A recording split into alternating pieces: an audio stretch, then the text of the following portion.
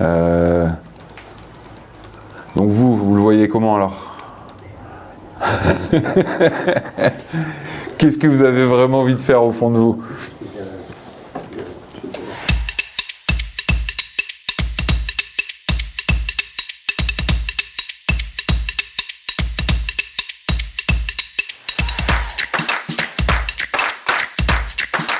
Partir de vos envies, de vos motivations, parce que ça c'est primordial en fait.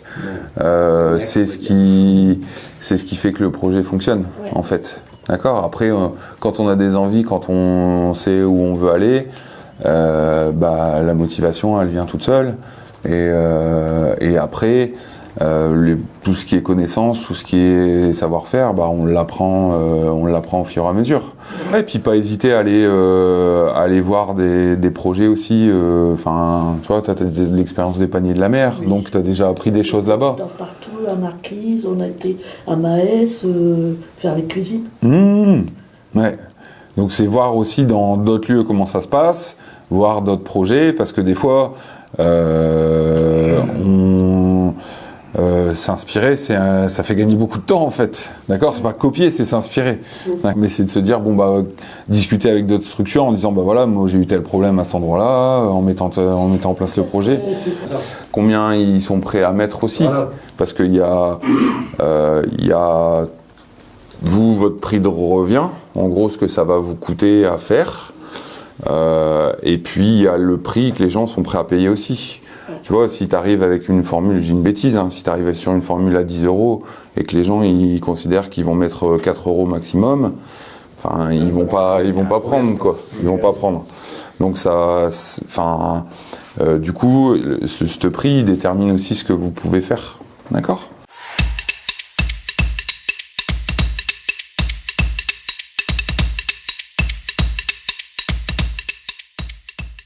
C'est-à-dire qu'il y a la loi, elle vous demande l'idéal, et puis après, ça se justifie aussi avec le projet, ça se justifie avec vos moyens, ça se justifie aussi avec plein de choses.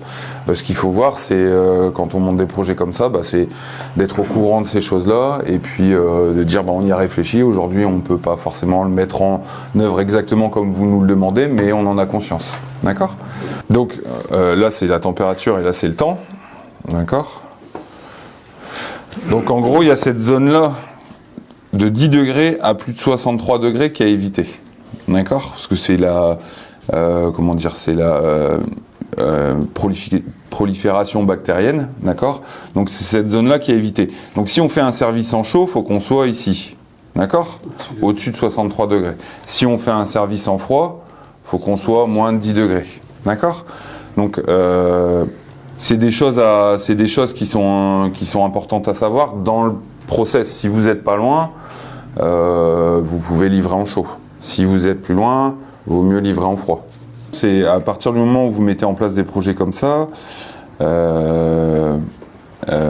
y a des petites formations à faire. Je pense qu'il y aurait au moins une formation HACCP à faire, ou à voir en fonction des diplômes que vous avez, ou voir si c'est un équivalent.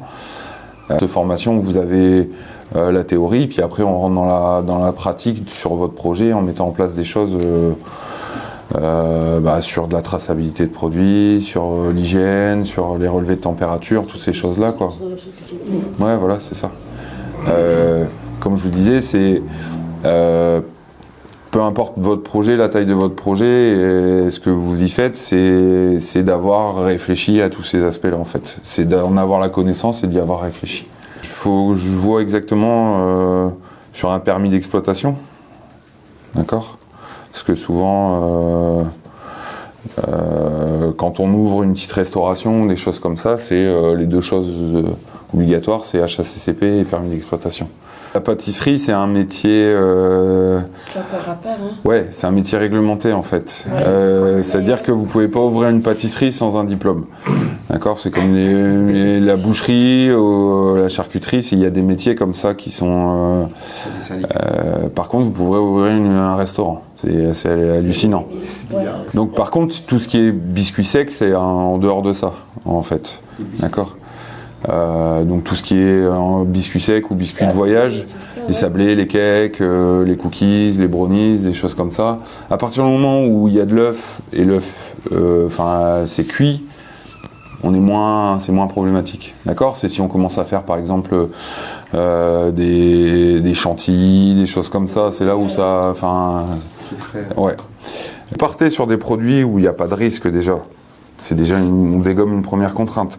Après, vous accueillez du public sur le lieu, vous apprenez ces choses-là, et après, ça vous donnera aussi de la méthodologie pour les étapes suivantes. Avoir conscience, il faut faire le maximum de choses, mais il ne faut pas non plus, faut pas s'interdire certains projets parce que justement la marche est haute, quoi.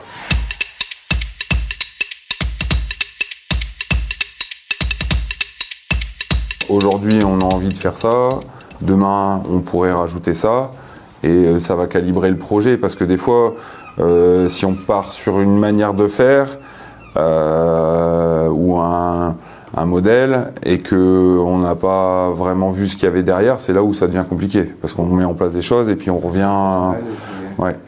Il y a aussi l'effet d'apprentissage qui peut être intéressant dans le sens où vous commencez avec un petit nombre, et puis après vous montez en compétence et vous montez en puissance aussi, quoi. Ça c'est bien aussi. Ça peut être pas mal. On démarre, comme tu disais, sur un café associatif, on fait des choses, on voit comment nous on arrive à s'organiser ici avec le matériel, en mettant tout en place pour que ce soit le plus carré possible avec ce qu'il y a ici, et puis après de se dire, l'objectif c'est de grandir, de développer des choses, mais on le fait aussi en apprenant, en apprenant nos métiers. D'accord ? C'est vos envies et vos envies avec les capacités de la structure qui vont faire qui vont déterminer ce que vous pouvez faire. Il faut juste se dire, on commence par là.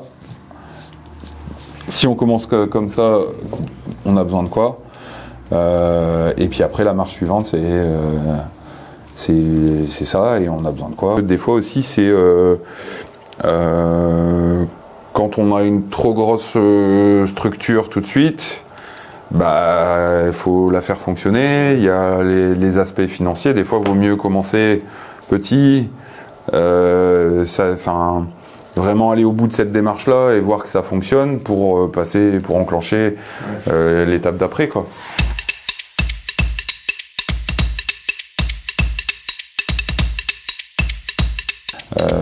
C'est de se dire, si vous commencez avec ce local-là, quelles adaptations sont à faire dans la cuisine. Du coup, vous devenez un endroit qui reçoit du public, donc ça veut dire qu'il y a des affichages, il y a des choses comme ça, il y a des normes un peu plus spécifiques à... Ouais. Tu vois, si tu libères un peu cet espace-là, moi je ferais même pas de comptoir. Je dis la cuisine, elle sert d'envoi où il y a le stockage des boissons, et puis ici c'est vraiment le lieu où... Ouais, voilà, c'est ça. Parce que ça peut servir de lieu de rencontre, ça peut servir aussi d'espace de réunion.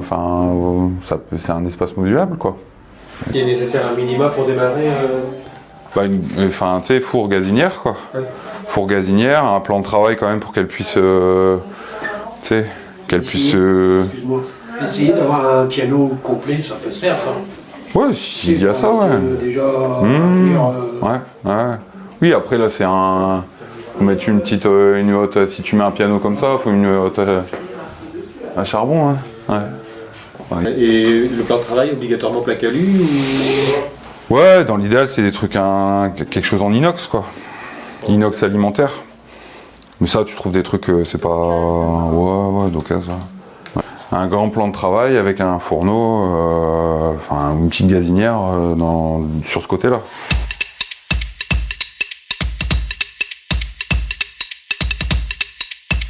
Commencer par les formations. Je pense, ouais. C'est vraiment de se dire la formation HACCP, le permis d'exploitation, comme ça c'est carré, l'ERP, et après De voir vous sur le fonctionnement, si vous parlez en modèle associatif ou Et après, bah ouais, c'est ça, c'est de se dire, définissez votre projet clairement. Voilà, c'est de dire bon bah on fait une petite note en disant bon on a envie de faire un café pour commencer, on va faire tel produit, on va avoir définir un petit peu le modèle économique, quoi. Dire une petite carte ou des choses comme ça, dire on va vendre ça tant. On a déjà des tables de café. Ouais.